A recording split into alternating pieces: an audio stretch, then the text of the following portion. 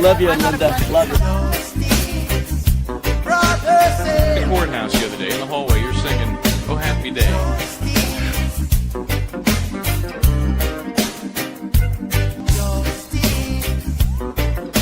One word prayer. Justice, where are you? Welcome to Justice Served TV. How are you? I'm Michael Bryant. Hi, Linda Kitty Bodden. Hi, and I'm Linda Kitty Bodden. And you know, I know we've taken some heat that we can't get out of Massachusetts, but let me put it to you this way. Everything keeps happening in Massachusetts, including, I know you were on a touch while people are coming and getting on the chat and joining us as the notice just went out for this very special edition. We're going to discuss the Sandra Birchmore case. I would call it, if it were me, a homicide. Other people have called it a suicide. The feds have called it a murder in their allegations. And while everyone is obviously innocent until proven guilty, we think that the case needs to have the attention focused on it that it deserves, that Sandra Birchmore deserves, and that her unborn child deserves. So we have special guests on. We have Barb, who is Sandra Birchmore's cousin, giving an interview that obviously you don't want to miss here, exclusively to Justice Served TV. And of course, MiZZY B, who we adore, is back. But before that, there's other things happening in Massachusetts I know you wanted to touch upon. Yeah, just because we brought it up yesterday, it was breaking just yesterday when we came on at 6 o'clock, and that was this grand jury member who was indicted and is taking a plea deal for disclosing, we don't know what the hell she's disclosed, but it's either testimony, perhaps evidence, don't know. But what we do now have is some details on the plea deal, which may be insightful, maybe not. We're not going to dwell on it, but I think for the sake of completeness, we should go through it just briefly, just to talk about the penalty. Remember, I talked about the possible penalty under the code for disclosing information as a grand jury member, and it was a term of any years. That's how it's described. A term of any years, maximum of 5 years probation, and I think there could be a $250,000 fine if you do not go to jail. So here's what this particular person, again, this is Jessica Leslie, and she is a member of the grand jury from this period of time that she was allegedly performing these acts, which she's pleading to, between August of 2022 and March of 2024. Any particular case you're aware of that might have unfolded during that time? Yeah. So we have no clue whether this was connected to anything Karen Reed. But people are going crazy. Oh, I can't believe it. I'm sure. We don't know. It could have been totally unrelated. It could have been, my daughter was on the Manhattan grand jury for a while. They see a lot of cases. They have a lot of stuff cross their desks, right? So this could be any number of cases. So does this penalty give us any sort of hint as to what was or wasn't? I don't know. But here's the agreed disposition. Remember, this is the plea deal, hasn't been officially entered yet, so these are all just allegations. It's a plea on an information, okay? Just so everyone knows, that means that there was no indictment. There was a plea deal achieved between the parties. That would be the federal government and her attorney and her, and it's called an information when this happens. And so what they've agreed to is incarceration for 1 day, deemed served, no fine, 24 months of supervised release. Remember, max could be 5 years. And the mandatory, there's $100 assessment. It's sort of an academic administrative cost, actually. So there you go. So it makes you wonder, okay, why this? I mean, this is a slap on the wrist, right? This is a very serious violation. The grand jury is sacrosanct, and the information presented there is protected at all costs. I don't even like the grand jury process, to be brutally honest. I think it's antiquated. Let's just skip that and go right to a complaint filed by the charging agency. But anyway, they exist, and as long as they do, they should be respected and protected. So with this kind of slap on the wrist, I'm guessing either it was something very minor, right? Maybe even disclosed after she ended her term, and it was inconsequential to a given case, or maybe she's working with them. Maybe she's helping law enforcement, and she's got something to bargain with, and this was the deal that she crafted. I don't know. I have no information suggesting it's one or the other. Thoughts, Linda Kinney Bodden? I just think that people should stop going crazy, because the whole Twitter stream is you would hope. Well, let me put this way: the whole Twitter stream is, oh, they're out now to get Aiden Carney. That's what they're out to get. Karen Reed and Alan Jackson. Oh, give me a break, okay? Let's just stop with that, okay, for that moment.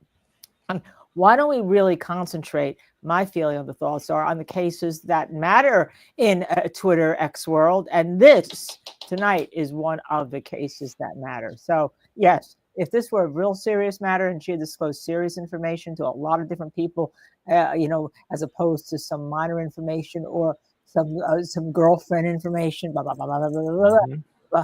I think you'd see a lot more, a lot sooner than you do here. And I don't think there's any way this is going after Aiden Carney or Alan Jackson. So everybody. No, I don't either. I don't think so either. I think it's a slap, but it's also a shot across the bow to tell people this is important. You can't take this lightly. And people are saying, well, it was during the Karen Reed. Well, yeah, it was during the Karen Reed process. That doesn't mean it was the Karen Reed case. So right. As excited as people want to get about that, I think you might want to just wait and see if there really is some direct connection. Maybe. And also, let me remind you, if you leak information and the leaker receives information, there's something called the Pentagon Papers. Okay. Just because you get information that was secret doesn't mean you committed a crime. I mean, you could probably put that on a billboard, okay? This is what I overheard people talking about when I was having lunch at the luncheon counter in my local diner. I overheard people talking about this, and it's not a wiretap, and you can take that information and you can spread it far and wide. Yep, as long as you're not defaming somebody. Yeah, or as long as you're not obstructing justice. In other words, you're not going to somebody and obstructing justice. So anyway, just for sake of completeness, thought we should touch on that and move along. So let's do that. Let's move along. Right into Massachusetts. We're staying there. Yeah, well, we are, as I like to call it, the triangle of terror up there, Dedham, Stoughton, Canton. Mm-hmm. The ugliness crosses many lines there. So with that in mind, let's introduce our guests and get right into the Sandra Birchmore case. We've had MiZZY on before, so let me bring her in here. MiZZY, how are you? She has been our resident expert on the Sandra Birchmore case. But in addition to MiZZY, we have today, we're very happy to have Barb with us. Barb, how are you? And Barb has actually identified herself, Barb, right? She is, and she's spoken. She's been in our chats a number of times. I think that we've proven to you, Barb, that we really want to try to help. Barb is muted. Okay. Oh, yeah. Barb is muted. Okay. All right.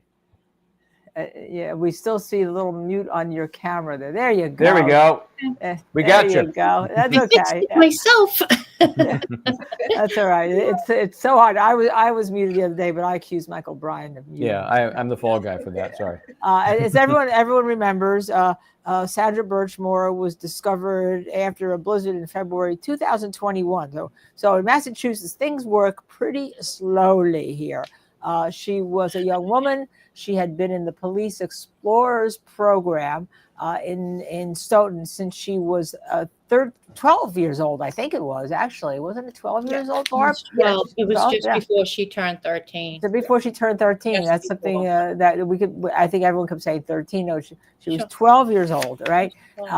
And as one of the things that all of you don't know before we get to a specific case is that the Police Explorer. There you are. There you see her. I mean, look at her. She's a baby, but she's barely out of the womb. I know. Right? Look at we know from what MiZZY's told us. She never got very tall, but look how small she was at the far right of that picture. She was, just a tiny little one, and then even at 23, just a tiny person.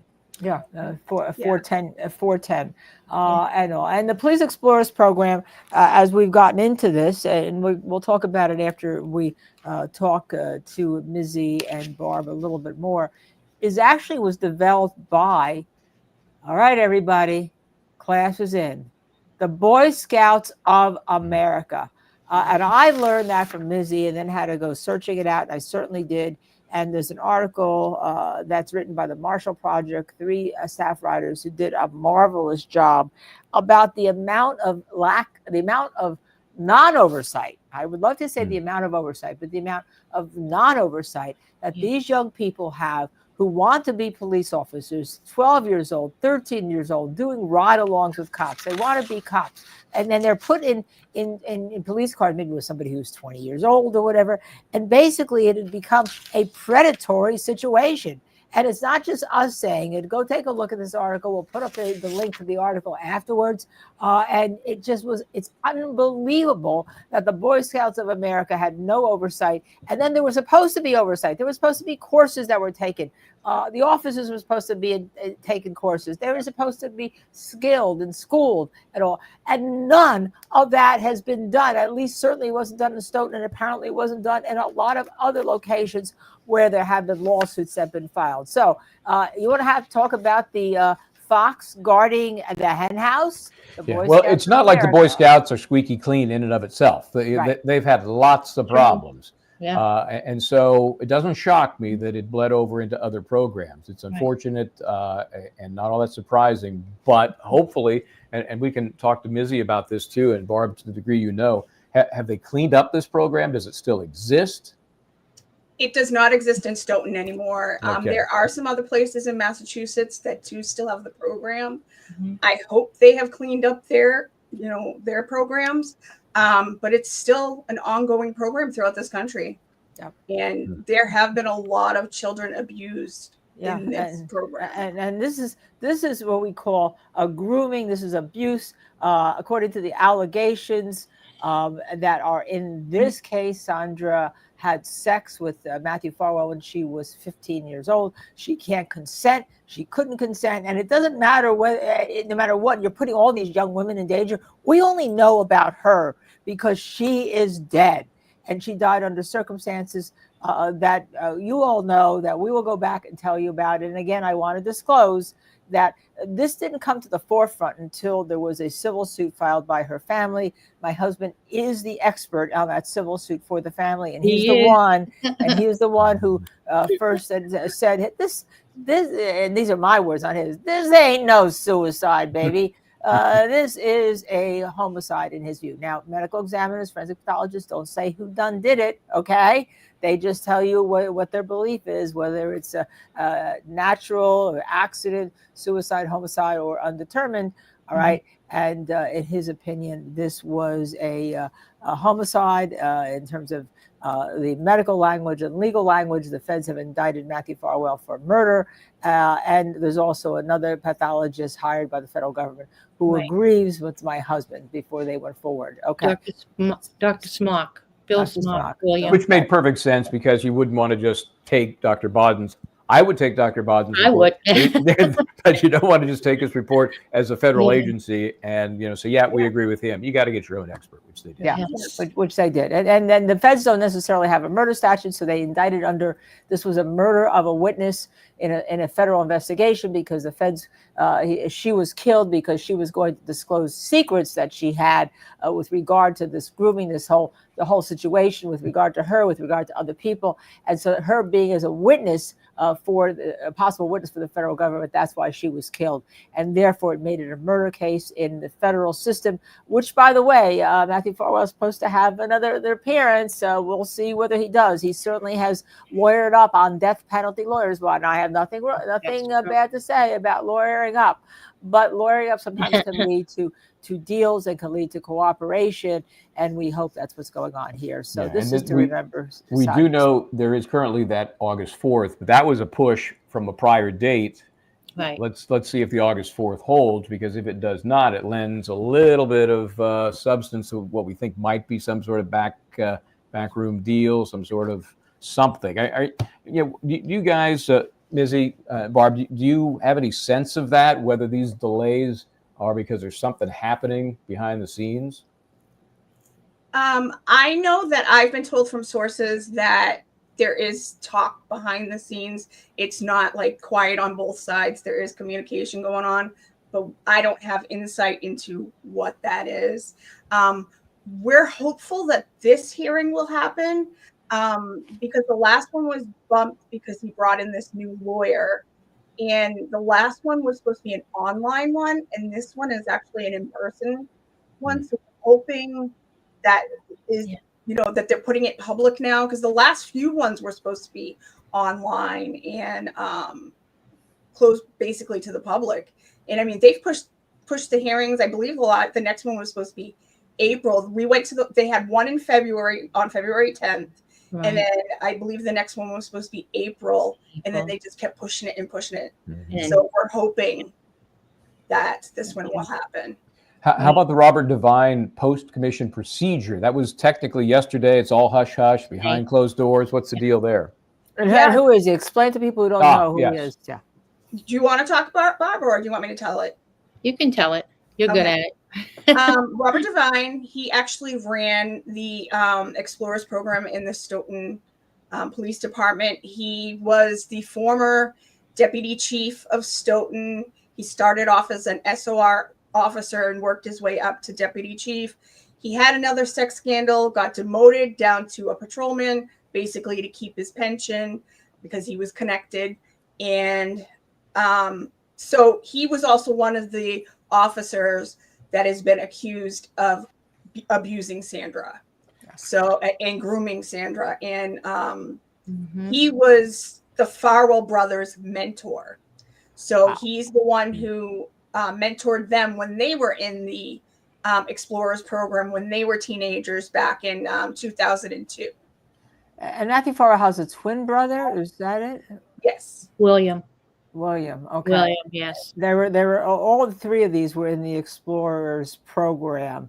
Right. So I guess you would say that Devine was the, if you wanted to give them titles, if I were writing a screenplay, I'd say lead groomer, learned groomer, and second learned groomer, and then the groomer that was the learned groomer became the killer groomer. I mean, that's how the titles. I would put them in a screenplay if I were writing something that was fictional.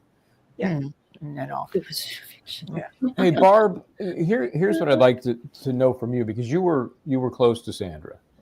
Give us a sense of Sandra. You know, describe her, how she was to you, your relationship.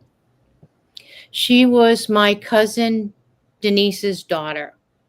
So she was like a second cousin. But after her mother passed in 2016, I kind of became like an aunt to her, because there was a huge age difference between us. And she would turn to me for advice and things like that, and when she was in trouble and needed help. And I did the same with her. She helped me out too. So Wow. we kind of supported each other. And when did you last talk to her? The last time I communicated with her was the night that she was murdered, February 1st. It was I was in Seattle at the time, so it was about 5:35 Seattle time. And I don't know the exact time right now. I don't have it in front of me, but so it was like around 8:30, 8:35 her time that we spoke. I think it was like 8:38 to be exact. So that's roughly an hour before we think she was killed, right? Yeah. Wow. And was that just texting? How you doing? What's going on? What was Yeah, that? we had an ongoing text. We would text or talk on the phone every single day. And it was never a hello, goodbye kind of thing. It was just pick it up the next morning and just keep going. Yeah. And she was just checking in on me. So.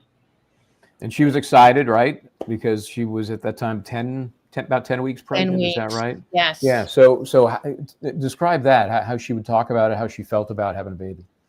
She was very nervous in the beginning because she had a couple of miscarriages in the past. So she was really nervous.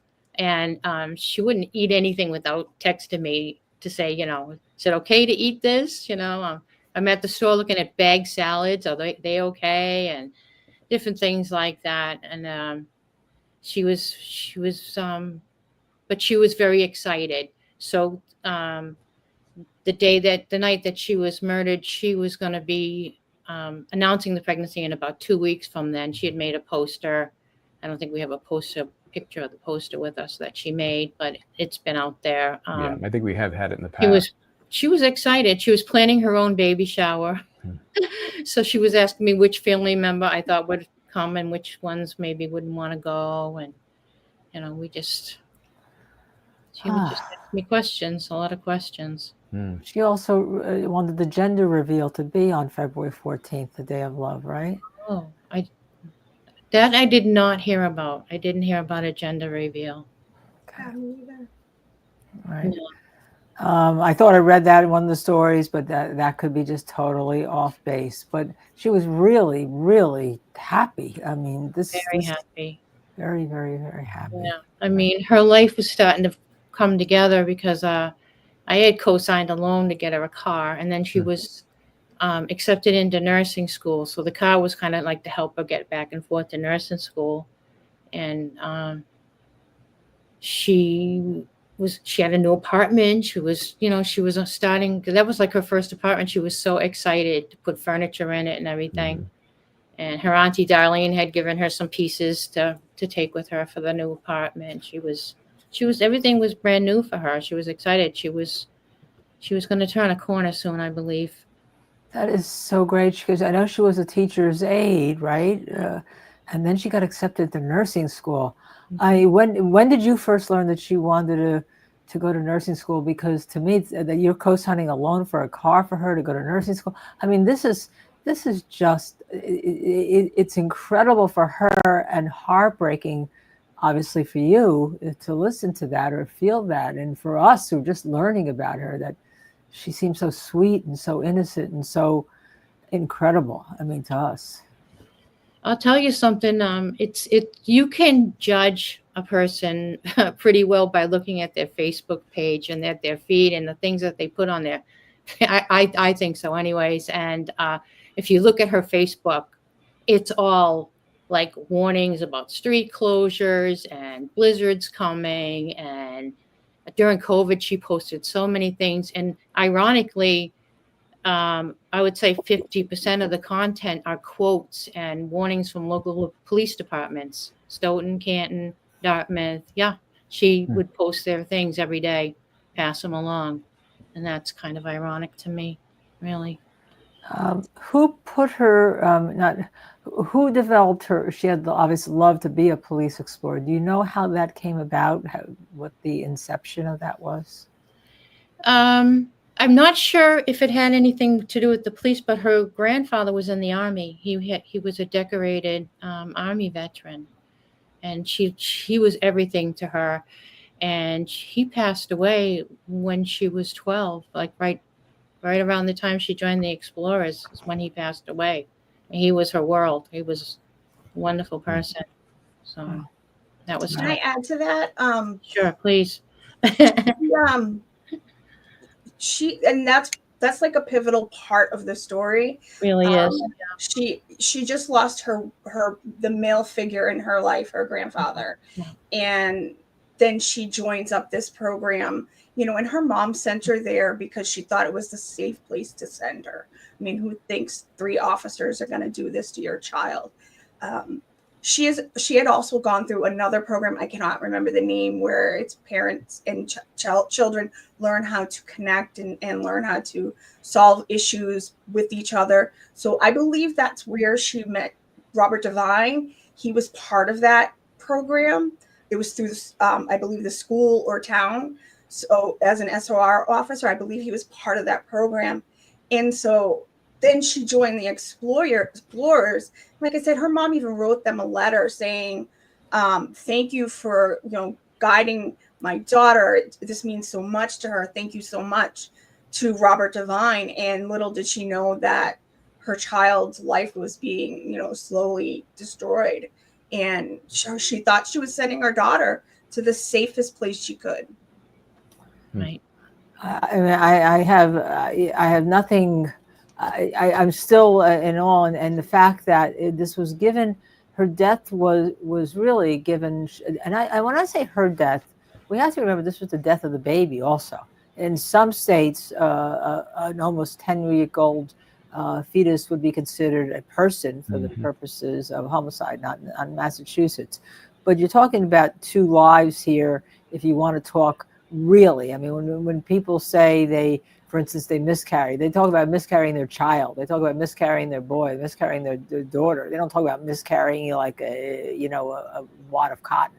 So that we're talking about two deaths here, in my opinion. Were you as excited, Barb, for her as she was excited? I was cautiously excited But she was so happy. I was happy for her, but I was worried for her. I didn't know how she was going to get by, and I didn't know how much of the family was going to help her out. But there were some that were going to help her out, but I was a little worried for her.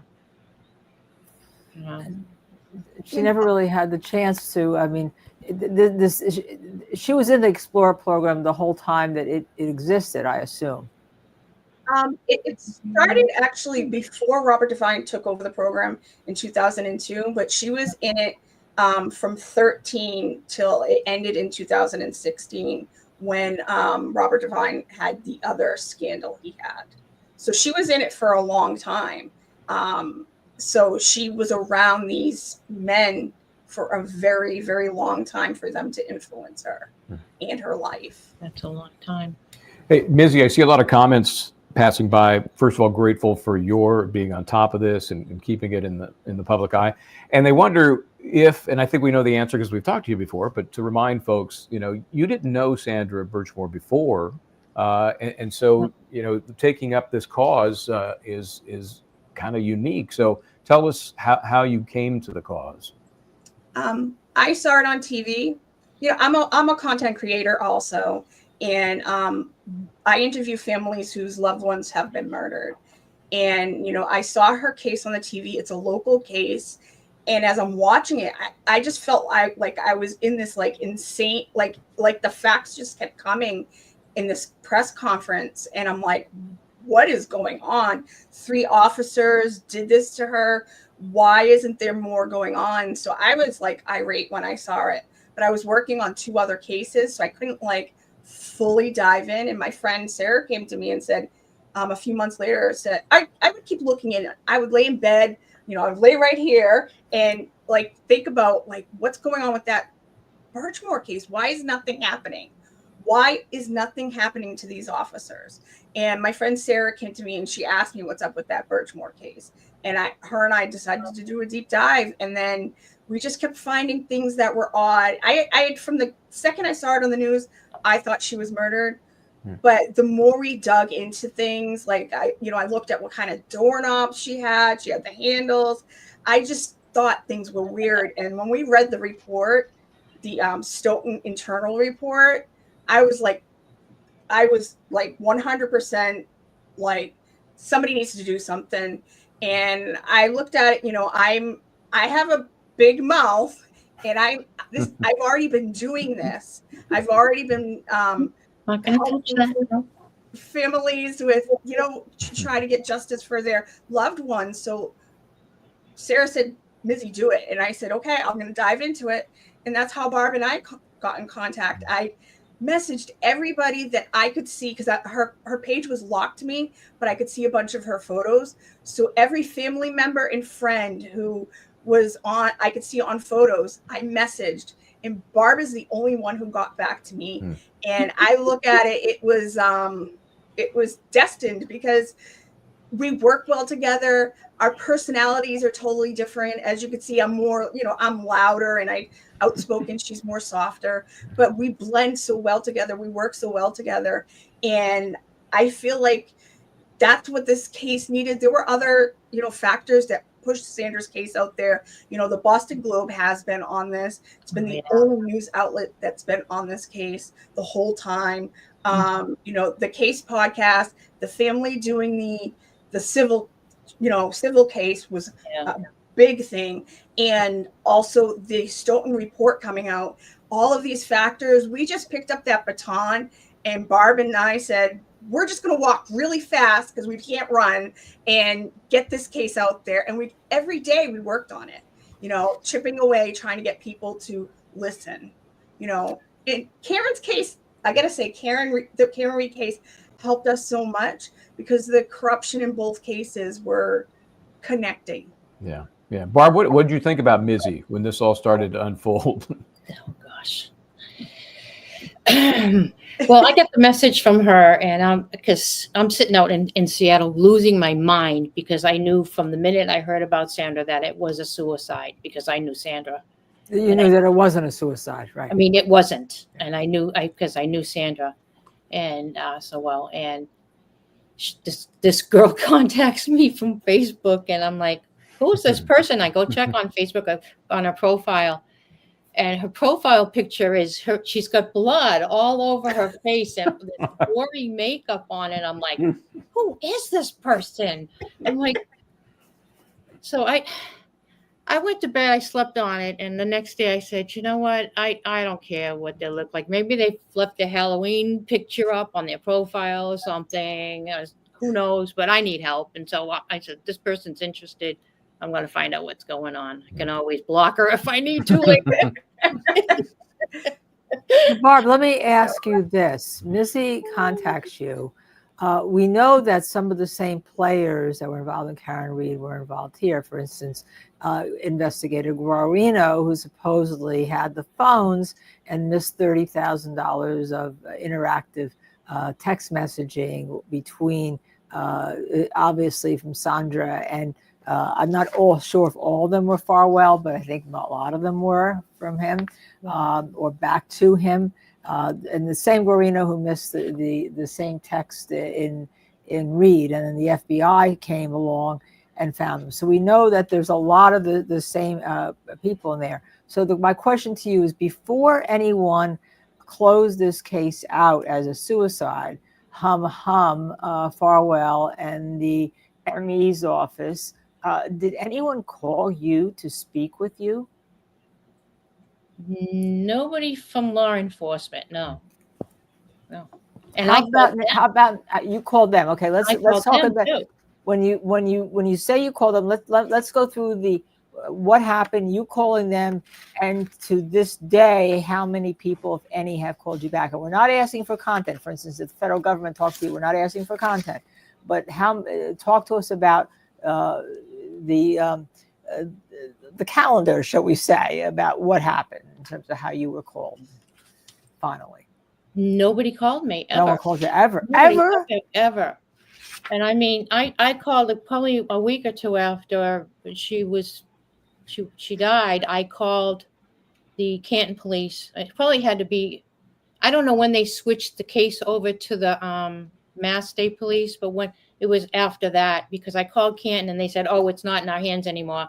The Mass State Police have it now. I'll give you a number. So I took that number and I left a voicemail on there, and I never heard back. Do you know who that is? Do you know who you called? Do you know who it was? Or just was names? Yeah, they don't. I know they don't give out names, right? I know that they're very secretive. Give me a name. Yeah, but your text, you texted with Sandra, so your text would be on her phone, right? Yeah. A lot of my texts would be on her phone. And if Guarino had downloaded the phone properly, they would have seen that you were talking with her about her and about the baby and about nursing school and about the car loan and about her future, I gather. Oh, absolutely. We had a running conversation going every single day. It was really something. But that would require an actual investigation, right? So, yeah. I'm sorry, MiZZY, go ahead. About the text messages? Yeah. The Massachusetts State Police had all of them. They had them from her computer, and Fanning reviewed them. But they didn't. They missed them from her phone, right? They missed him. He had no messages on his phone. They've never explained about her actual phone, but they had her phone was backed up to her MacBook, and they had all the messages on her MacBook. And there's a report in the Massachusetts State Police report. They don't actually have a report. It's just a series of little reports together that make one big report. Fanning says, I reviewed all the text messages. I reviewed everything on Sandra's computer from basically Guarino downloaded it and gave it to Fanning, and Fanning reviewed them all. So when they say they didn't have anything, they had all that. And they reviewed it. So when they said they didn't have it from his phone, but they had it. Exactly.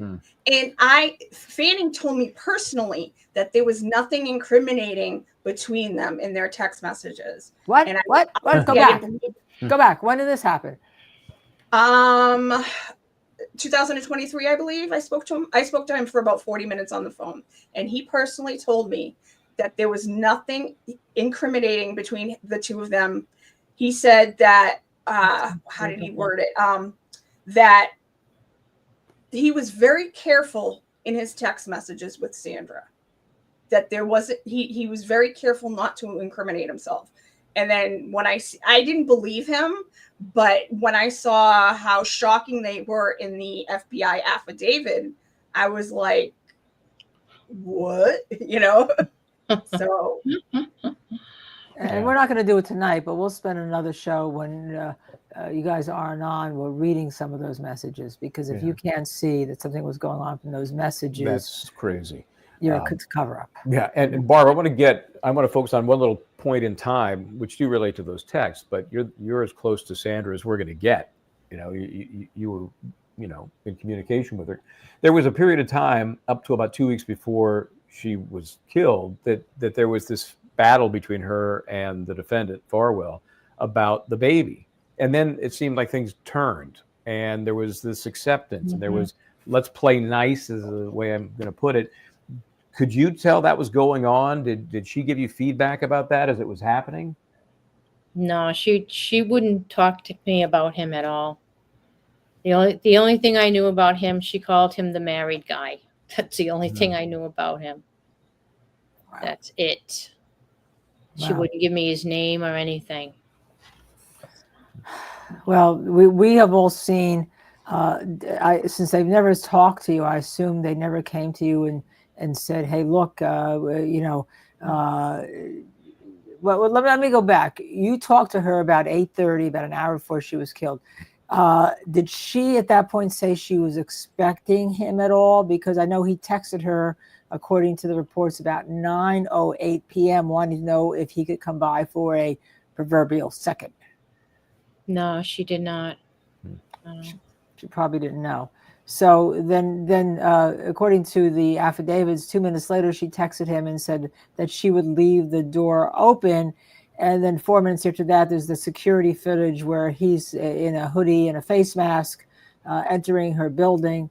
And then I did read also that her cell phone cataloged her final steps at 9:40 p.m. And then 3 minutes later, he left. You know, he hightailed it out of there. Farwell hightailed it out of there. But her phone only recorded movement until 9:40 and no movement thereafter. So he was still there when her phone was what recorded movement, according to what I read. Is that about right, Barb and MiZZY?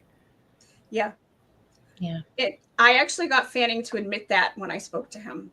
That was one of my questions that I wanted to know. And I said, did her phone stop moving before or right when he left? And he said, yes, it stopped moving when he left. I'm amazed that he I shared that information with you. I think I caught him off guard a few times because he didn't know how much I knew about the case.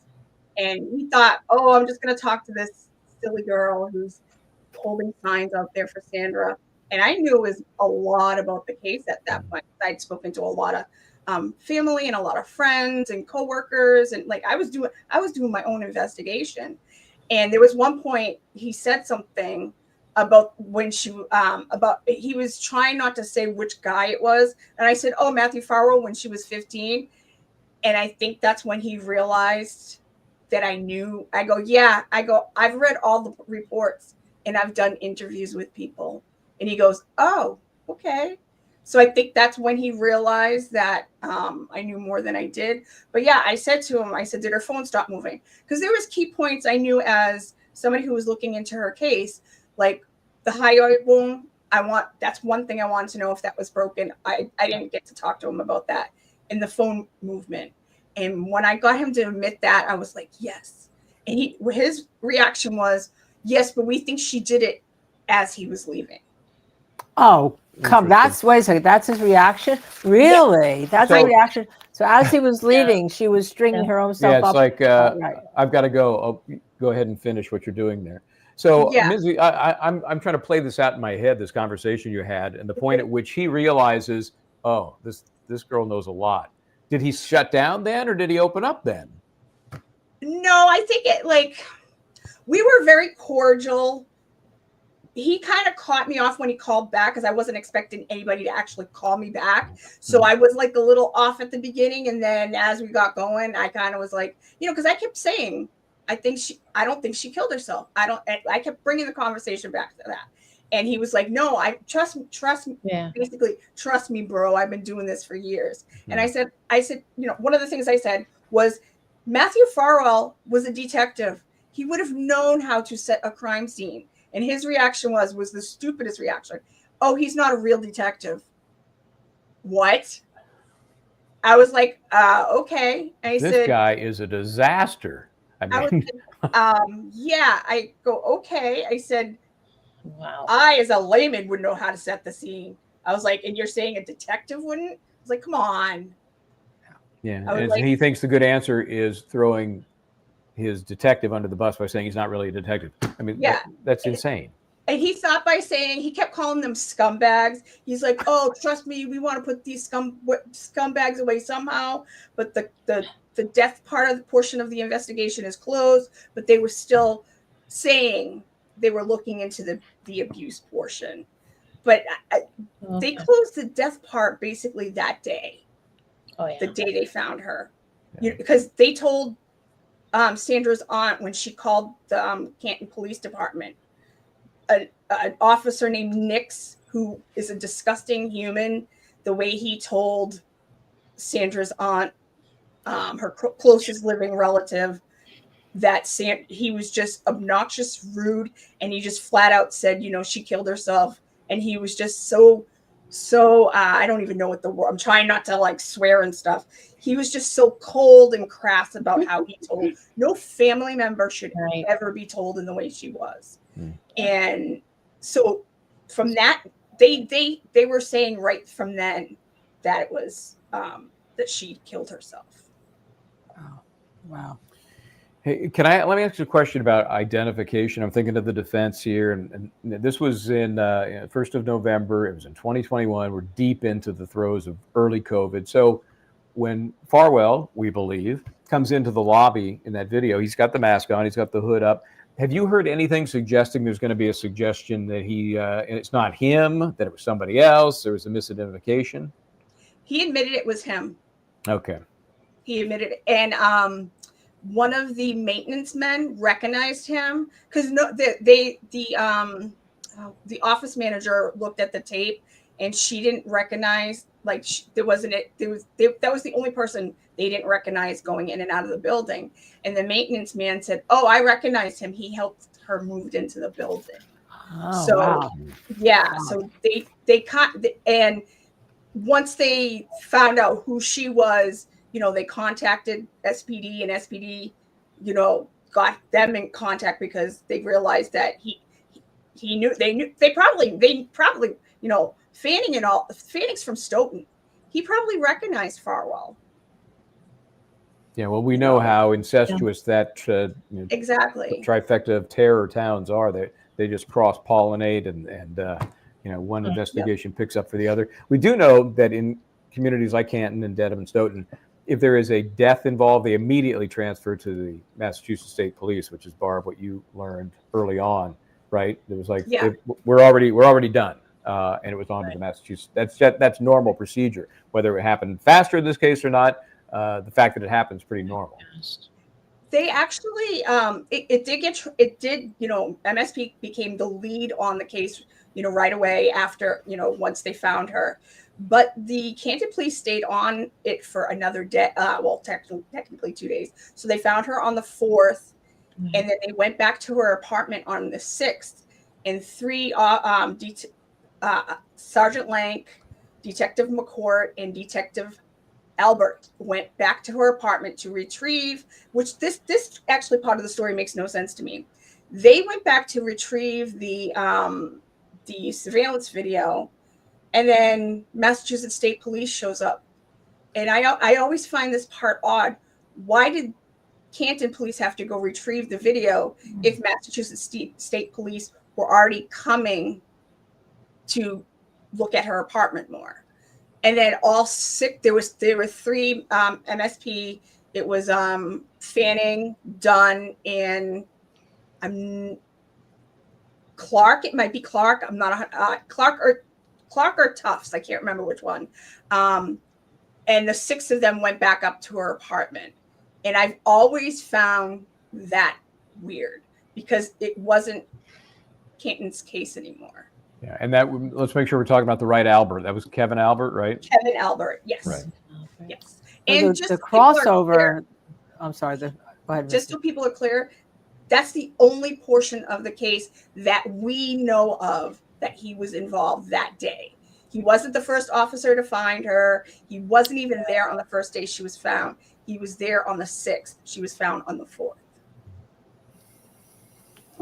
I still can't believe that no one has talked to you. Now, we know that with the new reports and the new federal investigation, let's not pass the buck off them, that the medical examiner's office, the chief medical examiner, who we have invited on the show in the past, refused to change their ruling from suicide to homicide. And so even after that, let me make it clear to everybody. Let me ask you again, Barb. Between that period of time that you now had Dr. Smock in, and you had my husband in, and you had the federal indictment, has anybody from the chief medical examiner's office called you, or anyone at all representing them called you to discuss your last phone call, your last communication, with Sandra? No, no one. No interest at all. No. Yeah. Oh, wow. Well, if it wasn't the agencies we've become familiar with, I would be shocked. But it is, and I'm not. Even in the Karen Reed case, I talked to the neighbor 2 houses down. They never talked to him. 2 houses down.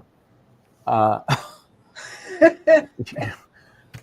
MiZZY, then the question goes to you. Do you know whether anybody else besides the super was interviewed in the building that Sandra had just really moved to in December, right? Yeah, there was a young woman who called they interviewed the manager of the property manager. And there was a young woman who had called the property manager and left a message saying that she had information.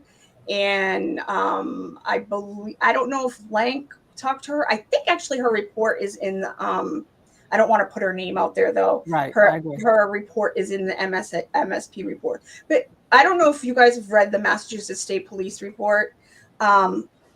It's lacking a lot.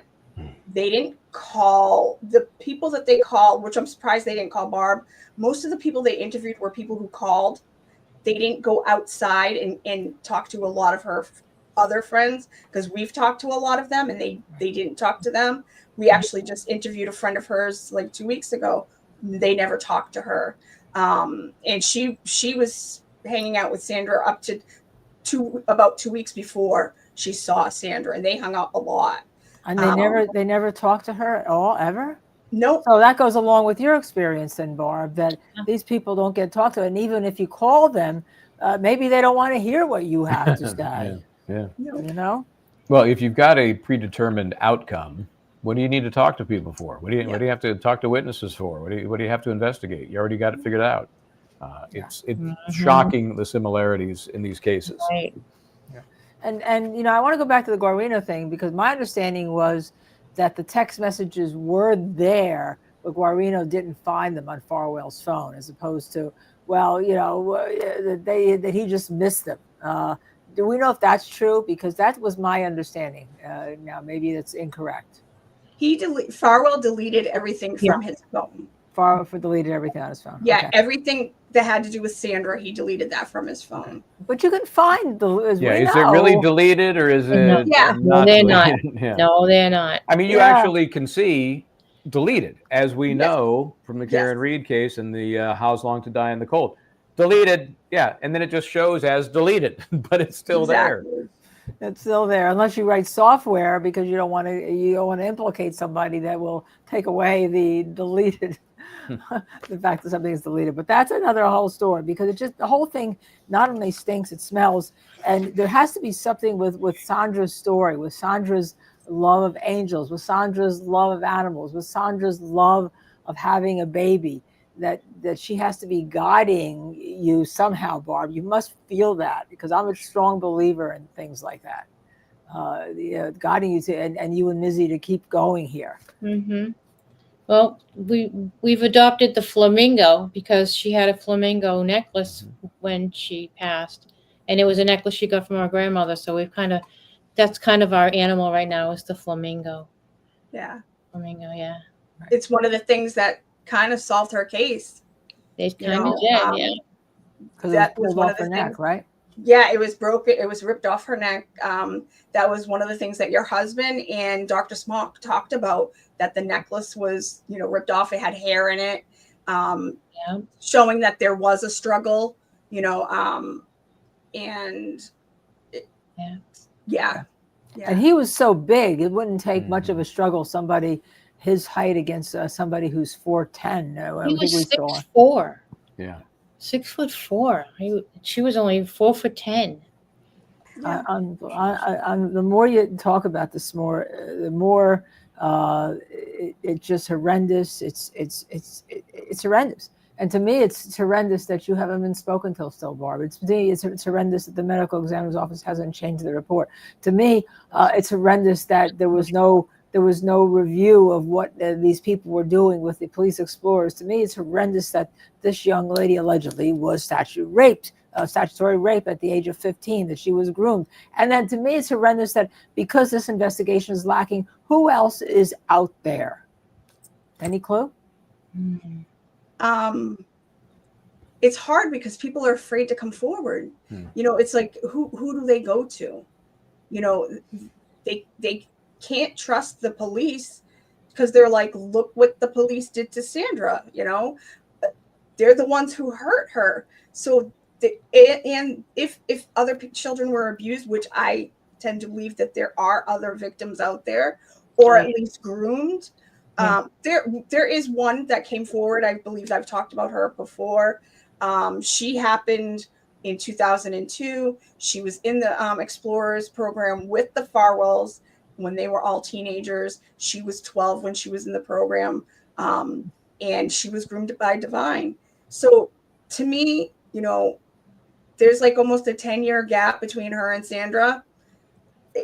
You don't think it's an empty gap?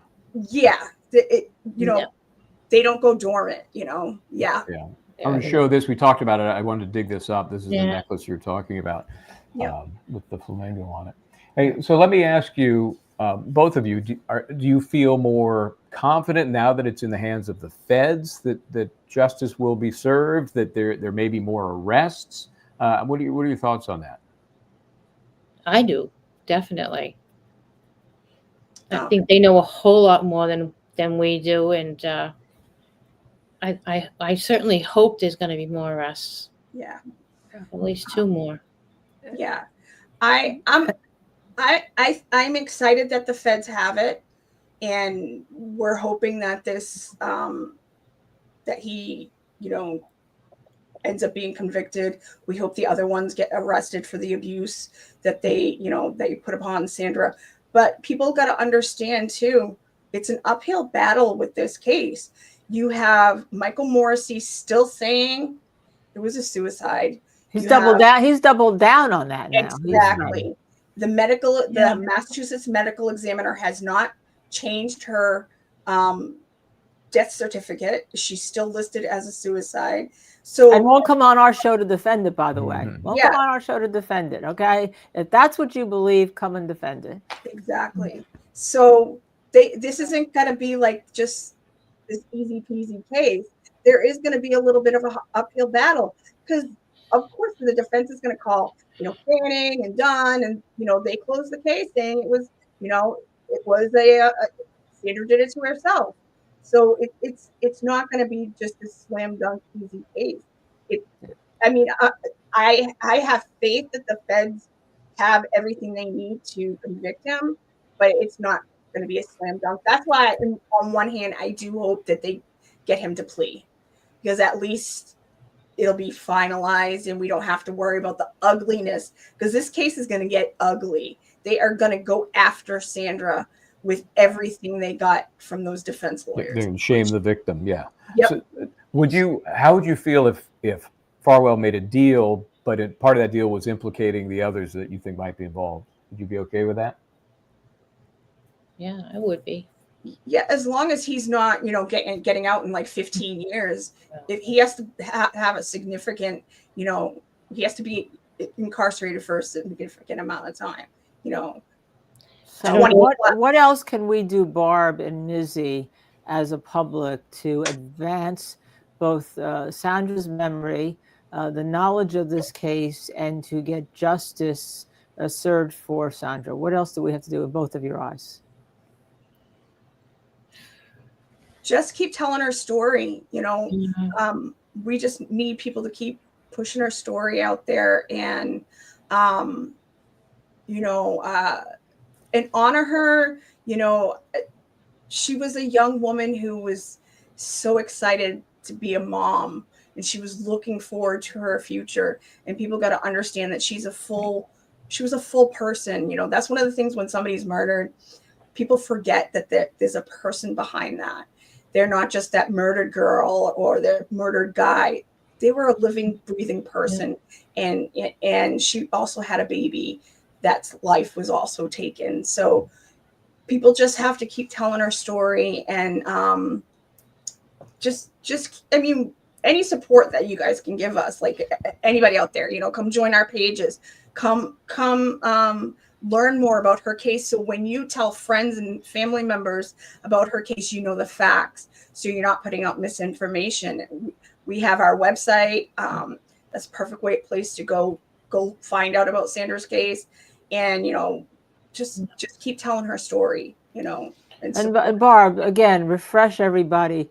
Tell us your last words to Sandra and her last words to you, or even the area, if you're uncomfortable with the words, so that people know that this was just a normal young woman about to have a baby, and not somebody thinking about killing herself all of a sudden on the spur of the moment while her boyfriend is standing right there.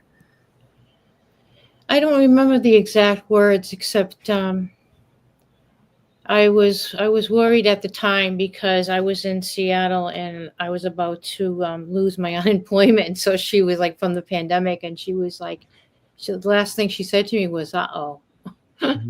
That's all. Uh-oh. And I, like I said, we had an ongoing conversation. It was a conversation that would never stopped. It just went on and on and on. So I was expecting to hear from her later, because she would be she'd be quiet for a while, and then I'd hear back in an hour or so, and it just was on and off. So I didn't think much of it. Well, that's why we wanted to have you on, Barb. MiZZY, of course, is our resource for this, but you were close, and if we're trying to understand Sandra Birchmore, we needed your perspective. She was a wonderful person. She held me up during my divorce. I was divorced after 34 years of marriage, and it was very tough on me. And she held me up for a while there. It was very hard.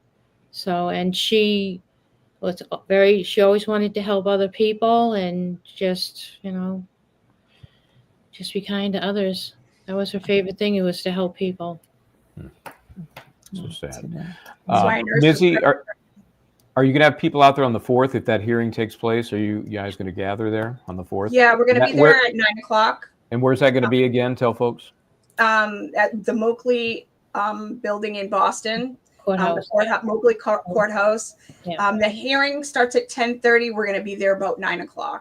Okay. And just because I've been there and confused myself, is that the one that's on the harbor, or is that a different courthouse? It's on the harbor. On the harbor. Right in the seaport. Gotcha. Yeah. So I hope you have good weather. It's a beautiful location. It is beautiful. Yeah. Okay. Well, maybe we will pop in on that. You just never know. But we certainly encourage those who want to, express their support. That'll be a great opportunity to do that. Yeah, and for those of you who want to read more, there's a number of articles you can read. As I said, if you take a look at the Marshall Project, is this police youth program trails sexual abuse across the U.S.? I think we're going to post the link in the chat. There's also an article done by, if you want to take a look at what Sandra's life was like, take a look inside her apartment, Los Angeles Magazine. you'll see that she's just a normal mom to be with a normal family. Normal slippers, comfy slippers by the bed. Nothing out of whack. Taking care of her two cats, who I'm sure she wouldn't just leave. It's just too bizarre. It's too much to believe. So it sounds like at least we're making progress towards the right result. Thank you both. Such a pleasure. I saw somebody say, are you guys going to be there on the 4th? I think we should pencil that in, partner. Yes, we are. I will be. I know you will be. I will be in federal court elsewhere on that week. So that's we'll have to check it out. We'll be checking it. We'll be following it. Don't worry. If we don't get to it, we'll be following what happens, and we'll be doing a show on it subsequently, depending on what happens. And then, as we said, we were holding all of our super chats and all of our questions until we gave Barb and MiZZY a chance, especially Barb, whose first appearance in person is supposed to just in the chat on the show. And we really thank you on behalf of Sandra, on behalf of her unborn child, on behalf of Midnight and Lily, the cats, for telling her story, because we see what a kind and wonderful person that she was, and that, don't go out there blaming the victim. It's just too easy, and yes, that's what we're going to see if the defense takes this case to trial. As a defense attorney, I can tell you that. Yeah, don't fall for it. We know that. Okay, folks. Thanks again. We will keep in touch. Okay, thank you. Thank you. All right, and then we do have some questions, Michael. Let's go through them. Scott McGinnis. Let's go through them. And while you're setting those up, can I do a promo? Can I do a promo? Yes. Well, go ahead. Yeah, tonight at 10 o'clock. A little something called True Crime. True Crime Tonight. True Crime Tonight. Tonight at 10, I'll be on there with these fabulous hosts. I know one of the hosts is the woman who did. Remember the show on Netflix, Don't F with Cats? Remember that? Oh my God! I didn't sleep for. Her name's Speaking Body. about cats, I didn't sleep for weeks after I saw that. Body, and she's one of the 3 hosts. I think. Three. If you so I'll be on there. We're going to talk. That show is unbelievable. Unbelievable. So I'll be on there. We'll be talking about Karen Reed. We'll be talking about Epstein, because there's people are just buzzing all about that. They can't get enough of that. Well, just look at our interview with Mark Epstein, and by the way, we have gotten some leads. People have been sending us what they think. So please, if you have any leads of who was in the tier that night of the sale, please send them to Justice Serve. Yes, and we're going to talk about that, because those two of the folks that were on the tier that talked saw somebody there between 12:30 and 1, even though the guards never checked after 10:30. Well, who in the hell was that? I mean, who was that? Just simple stuff. So tonight it'll be Body and Stephanie, I think, is one of the other. So it's going to be 3 women against typical man. That's what's going to happen. So join us 10 o'clock. I think it'll be live at 10, and then they re-rack it. It's on all the iHeart media. Can't wait for your partner to bring Justice Serve TV to them, right? Yep. So let's go through some of these questions. Scott McGinnis, MiZZY has been a hero in leading the Justice for Sandra Birchmore movement. Thanks to her, the feds had to arrest Officer Matthew Farwell. Thank you, Scott, for making it. And I think Dr. Michael Bodden might have had a little something to do with that, maybe. He'll never admit to that. I told you, I didn't even know this was his case until I read it in the Boston Globe, and then, and you got to walk down the hall and go, excuse me. Walk upstairs, excuse me, knock, this is your case, Chat is Bay. I was an explorer in Washtenaw County, Ann Arbor, in the summer of 1984. I was groomed by a sheriff's deputy. I was his family's babysitter and went on rides along at night. I was 17. Boy, that's exactly what goes into, that's exactly when looking at this article, Chattis Bay, that is just terrible. And it doesn't matter. People say, "Oh, well, you were not 18." It doesn't, and I don't care if you were 19. I don't care what you were. You were groomed by these people. This was awful. And you're alone. You're a child alone with people that are supposed to protect you. This is really terrible. We'd love to hear more about your story. You can always email us at justiceservetv@gmail.com, because thank you for bringing that forward. Appreciate it. Scott, again, if Officer Matthew Farmer was a civilian, he would have been charged and arrested immediately. No doubt about that, in my opinion. Okay. Kay Schmidt, you want to do this? Michael, Read this one. Oh, sure. Well, what a surprise, Kay Schmidt, gifting 5 JSTV memberships. We appreciate that, as always. As And always. so do those who get them. In fact, I see the chat come by and I say, thanks so much. It's because she donates them and then immediately folks get them. It's great. It's great. It's terrific. And this super sticker from, looks like from London, probably, Beehive 1 super sticker. Thank you very much. Appreciate that. It allows us to continue the work we do and all that, that we try to do anyhow. And and as you mentioned at Beehive 1, another donation, such important work you all doing, wonderful people. We must never let this fade. No, we can't let this fade. And we promised them that we're going to stay on this case. We're going to be following this case. And as you heard what MiZZY said and Barb said, you got to continue to shine that light, stand out, be loud, or else people will forget if there's no pressure on them. Yep. Okay. So let's see. Okay, this one's for you, Donnie Not Wahlberg. Gifted 1 JSTV membership. Very good. Donnie is a regular at doing that. It's a good habit she has there. Or he. It's Donnie Not Wahlberg. I don't know. But we appreciate it. Thank you. Thank you so much. And this was for MiZZY at the same time. MiZZY, a mixed girl in a mixed up world. MiZZY, thank you for giving Barb all the love. She isn't used to being out there like I am. She was great. Yep. She was great. And you she guys was a great spokesperson. are a very powerful duo. So that's nice. Yeah. Yeah, very, very nice. And to tell us, Donnie says I'm a girl. Okay. Sorry. I never make assumptions. People, I know a couple of guys that they came up to me when I was on the street there for Karen Reed. And it was a guy, nice guy. He's been part of their movement. And he said, I'm so-and-so, which was a female name. And he had a picture of a woman on there. And he just, that's what he wants to do. So I don't assume anything. All right, that's my partner for you. But anyhow, so you can read more about that. And, as I said, what hasn't come forward, if you look at the pictures in the Los Angeles magazine that were out there, I mean, she's not killing herself. And this is not, we haven't seen this before. 2 cats, okay? 2 cats, all right? Yeah, well, that just makes no sense. It's like, what time is it? Oh, I think it's time to commit suicide. I mean, it seems that random. And it's just ridiculous on its face. Right. Not even getting into the medical evidence. And not getting into the fact that Farwell's wife was giving birth to a child. Yeah. Let's remember his that. 4th child born that night. And let's talk about the elephant in the room, that there's been a leak allegedly that the DNA showed that the fetus, the baby that Sandra was carrying was not Farwell's. It doesn't matter. It doesn't matter. No, it doesn't matter. It's The irrelevant. fact is he thought it was. I mean, he thought it was. I think it makes it worse. I think it makes it worse if he kills her. Well, it definitely makes it sadder. I don't know how much worse it could be, but it definitely makes it more sad that this guy who's accused of killing her was motivated by the thought that it was his child. If he knew it was not his, would he have killed her? I think so, because she was threatening to expose everything that was going on. I don't know. It's just a thought. According maybe, to when you read the federal, what you have to all read is the federal, the affidavit for the incarceration, keeping him behind bars and the bail. It just, that's where all the good stuff is, shall we say?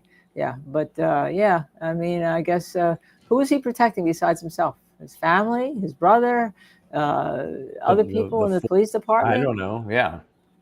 What was? I guarantee you that he probably wants to tell his story. The question is, will he be able to when he pleads guilty? Yeah. Exactly. We'll see. I think whether this date on August 4th holds or not will be very helpful to determine what, if anything's working behind the scenes. Because I could see getting a sweetheart deal and fingering, 2 or 3 other officers. I could see that. Right. He's brought in a death penalty lawyer from Tennessee, a federal death penalty lawyer, to add to his team of 3 women. And it could be that the feds have decided that they are going to go for the death penalty, and he ain't cooperating, and that's where we're going. Now we're heading to trial, and we're going to do shall we say, a poker game with the death penalty and see who really blinks It first. is a big bargaining chip, yes. Yep. Okay. Yeah, so. All right, then. Good stuff, partner.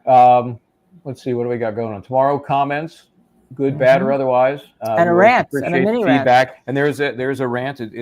I have to check the timing on it, see if it qualifies as a rant or a rant-ette, somewhere in there, but it directly relates to a comment, right? And then on Friday, Fridelson continues, and we have Charlie Adelson on the stand as we get ready for the Donna Adelson trial, August 19th in Tallahassee, the last of 4 trials against 4 individuals connected to the death of Dan Markel. So, Yeah. All right, then. And then we all I go got to for the you. following week, and then on Monday we already have a show planned. Also, we're going to be our guest will be announced, but we're going to be doing Diddy and Hunter Biden, And there might be a weird connection there. a weird connection. Can you imagine? So, and then Tuesday, and then Aiden's on Tuesday. Yeah, the Horror Tour. So yeah, the Horror Tour. So that's for the next week. That's where we're going. All right, then. I'll begin prepping right now. Okay, everybody, thank you for joining us. Please, before you go, though, please hit that or smash that subscribe button, that like, that share, and that notify all. But that subscribe and that like gets us into the YouTube algorithm and helps promote us across the YouTube channels. And we see where it is. And go back and look at some of our past shows. The Mark Epstein interview from the other day. 40,000 of you have looked at it. Take a look at it.